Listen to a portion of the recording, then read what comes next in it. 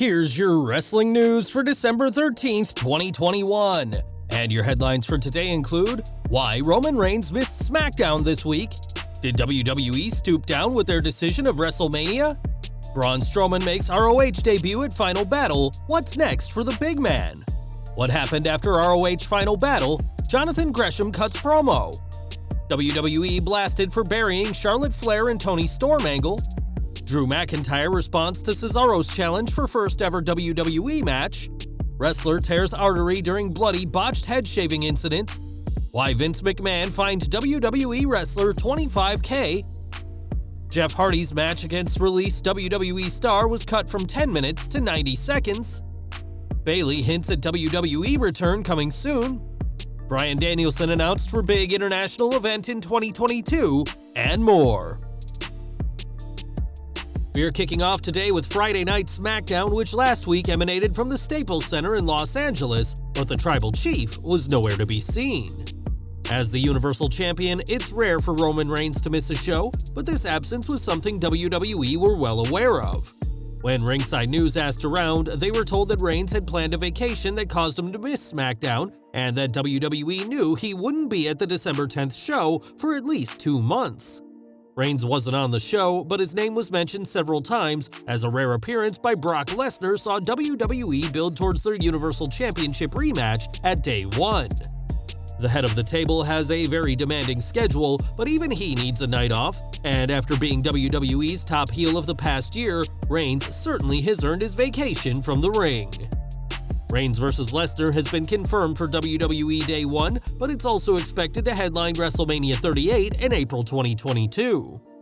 For the third year in a row, WrestleMania will be a 2-night event, meaning WWE has twice the amounts of seats to fill as with past events. The company has already sold plenty of tickets thanks in part to special offers, and now a new offer means fans could get free tickets to the biggest show of the year. In a special holiday offer, WWE is offering a free ticket to anyone who buys 3 tickets together, but this offer will remain active until midnight on Christmas Day. The promo code for this offer is Peacock, and this isn't the only time a free ticket has been offered. As of late, this deal, called the 3+Me offer, has been used for WWE pay-per-views, with a similar offer being open for Day 1 on January 1st. WWE hasn't confirmed any matches for WrestleMania 38, but the Reigns-Lesnar match has been rumored for months, and we'll have to see how the company fares in filling AT&T Stadium for what they promise will be the most stupendous 2-night Mania in history. Ring of Honor next, as last weekend's Final Battle pay-per-view was the company's last show for the time being, but it also saw the debut of a huge name. At the conclusion of an 8-man tag between Violence United and Rocky Romero against Eli Isom, Taylor Rust, Tracy Williams, and EC3, the former WWE superstar called for action, saying it was time to release the Titan. This was the signal for former WWE superstar Braun Strowman to make his way to the ring and decimate Isom, Brian Johnson, and Dak Draper. Strowman, now going by Adam Scherr, has worked with EC3 in the past, as they did well together during the Control Your Narrative event, but with this being Ring of Honor's last show for the time being, it remains to be seen what's next for the former Universal Champion. We can't say for certain what Braun will do next, but it's possible that the former superstar won't be a permanent fixture of Ring of Honor when they return to screens. That's at least what Dave Meltzer believes, as on Wrestling Observer Radio, he said it would be stupid of ROH to bring Braun in if they were willing to match the reported asking price he was seeking. Meltzer speculated that perhaps Braun did the appearance as a favor to EC3, or took a smaller payout than he initially wanted, as he believes the ROH appearance will help him earn his way into an Impact or AEW contract. Speaking about the appearance itself, Meltzer said it makes sense for a huge name like Braun to show up to build towards future events, but paying someone to come in on your last show without even promoting his appearance to sell tickets is, quote, getting way too deep into the stupidity. With ROH reportedly in financial straits, as are their parent company Sinclair Broadcasting, we hope the company didn't pay a fortune for Braun's services, who probably won't be at Ring of Honor's next event, whenever that may be. More from Final Battle, as in the main event, Jonathan Gresham defeated Jay Lethal to capture the original ROH title, but that's not all that happened. After the match, Gresham celebrated with his wife, Impact Digital Media champion Jordynne Grace, and cut a post-show promo in which he said he wished Bandito, the ROH World Champion going into the show, could have been there. Saying that the ROH title is now pure following his win, Gresham will be the man who leads Ring of Honor into the future, if their hiatus doesn't prove to be permanent after all. In recent weeks, SmackDown Women's Champion Charlotte Flair has been feuding with Toni Storm in the New Zealand-born wrestler's biggest feud to date. Win or lose, this is a huge opportunity for Storm, who only debuted on SmackDown a few months ago, but not everyone is on board with seeing the two feud. On Smack Talk, Dutch Mantel discussed the feud, saying that the pair lack any chemistry in the ring, and said that this entire program started as a joke with the champion and challenger throwing pies at each other. Mantel did praise Storm as a terrific athlete, but said that the angle has been buried and there's no way WWE could hope to revive it. Buried or not, Storm is the #1 contender for the SmackDown Women's Championship, and this title match is likely to go down at WWE Day 1 on January 1st. As to whether she'll win or not, that seems unlikely right now, as she only debuted on the main roster a few months ago, but according to Mantel, this angle with Flair shouldn't have happened in the first place. SmackDown is also the new home of Drew McIntyre, who was drafted to the Blue brand earlier this year after an incredible run on Monday Night Raw. On this week's show, McIntyre defeated his long-standing rival Sheamus, and after the match, Cesaro challenged him to a match in an interview with Megan Morant. The Swiss Cyborg and Scottish Powerhouse have never competed one-on-one in WWE, but now Drew has responded to Cesaro's challenge, as he told Talking Smack, "Somebody that I've never faced, though we've both been wrestling for 20+ years, is Cesaro. It's unbelievable we've never had a singles match. He's a phenomenal competitor. It's gonna happen, it's gonna be awesome. And sorry buddy, I'm gonna kick your head off too." A Cesaro-McIntyre match will be physical to say the least, and will hopefully elevate both men back into the world title picture, as fans continue to clamor for just one world title run for Cesaro in WWE. The world of professional wrestling is a dangerous place, and one man who knows that is Hannibal, who infamously sued Abdullah the Butcher for $2.3 million, claiming the wrestling legend gave him hepatitis C during a match. Now it's Hannibal who's in hot water for being unsafe, as footage is going around of a head-shaving stunt gone wrong at a recent indie event. In the clip, Hannibal can be seen on top of Lando Del Toro, and in the botched haircutting, punctured Del Toro's head several times. After the attack, Lance updated his followers on social media, saying he's okay, but has lost a lot of blood. He explained that in the assault, one of his arteries was torn, and it's worth remembering that Del Toro wasn't Hannibal's opponent in the match, but the referee. Del Toro added that things went a bit off script during the attack, and we wouldn't be surprised if promotions opt against using Hannibal for future events after the bloody head shaving last week.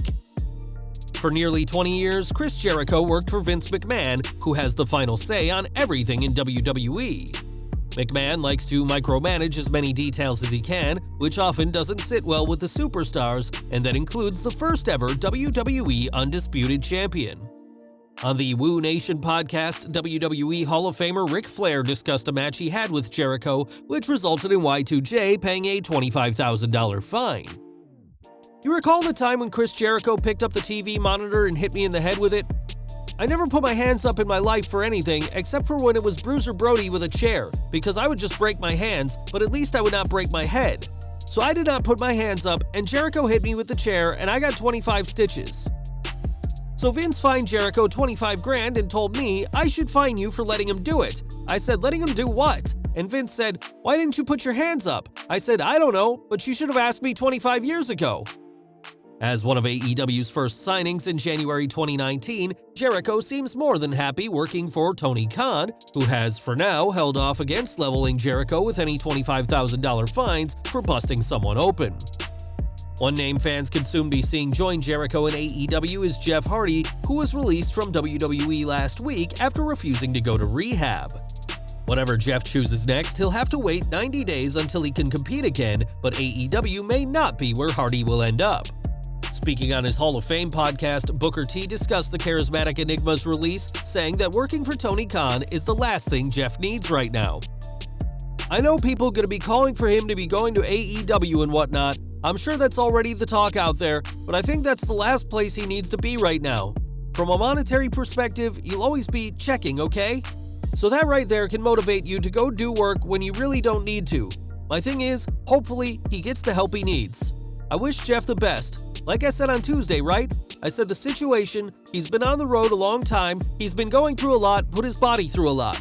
This situation right here is going to take the company to make a decision to slow him down to say, hey, let's do this so we can get back to that, or hey, if you want to do that, we're going to let you go over there and do that. I said exactly that, and what that means is, let's get you some help. Just because fans want Hardy to go to AEW doesn't mean it'll happen, as the company will probably insist he goes to rehab to get his problems checked out, something he's already refused to do. Clearly, there's tough decisions for Hardy and Tony Khan to make if the plan is for a Hardy Boys reunion in AEW, but Jeff's focus right now should be on getting better. Back to WWE, as it's been nearly 6 months since Bayley's last match at Hell in a Cell 2021, as shortly after, she suffered a torn ACL while training at the Performance Center. Now, the former SmackDown Women's Champion has provided an update on her condition, as while fielding questions on her official Instagram page, she teased that a return is coming soon.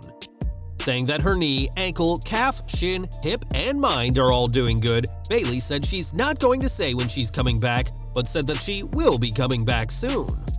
When Bayley was injured in June, it was said that it would take her 9 months to fully recover, which would put her return at sometime in March 2022. If that's accurate, then there could be time for a WrestleMania match for the role model, though one that would have a very short story for, but if Bayley is to be believed, she could be back long before initially expected. When Bryan Danielson was still with WWE, the former world champion made it clear that he hoped to wrestle outside the company if he re-signed, but obviously that didn't happen. Now in AEW, Danielson is getting that opportunity as he will work the Qatar Pro Wrestling Super Slam 3 event in March 2022.